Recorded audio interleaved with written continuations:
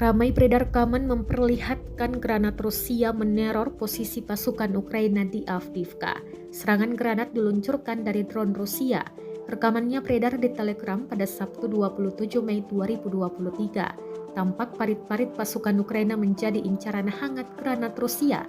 Dalam keterangan unggahan disebutkan, drone tersebut dikendalikan oleh kru Batalion Sparta 1AK dan menjadi mimpi buruk bagi angkatan bersenjata Ukraina di arah Avdiivka.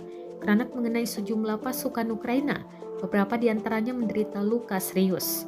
Sebelumnya, angkatan bersenjata Rusia juga mengklaim telah menyerang pos komando dan observasi militer Ukraina di dekat Avdiivka.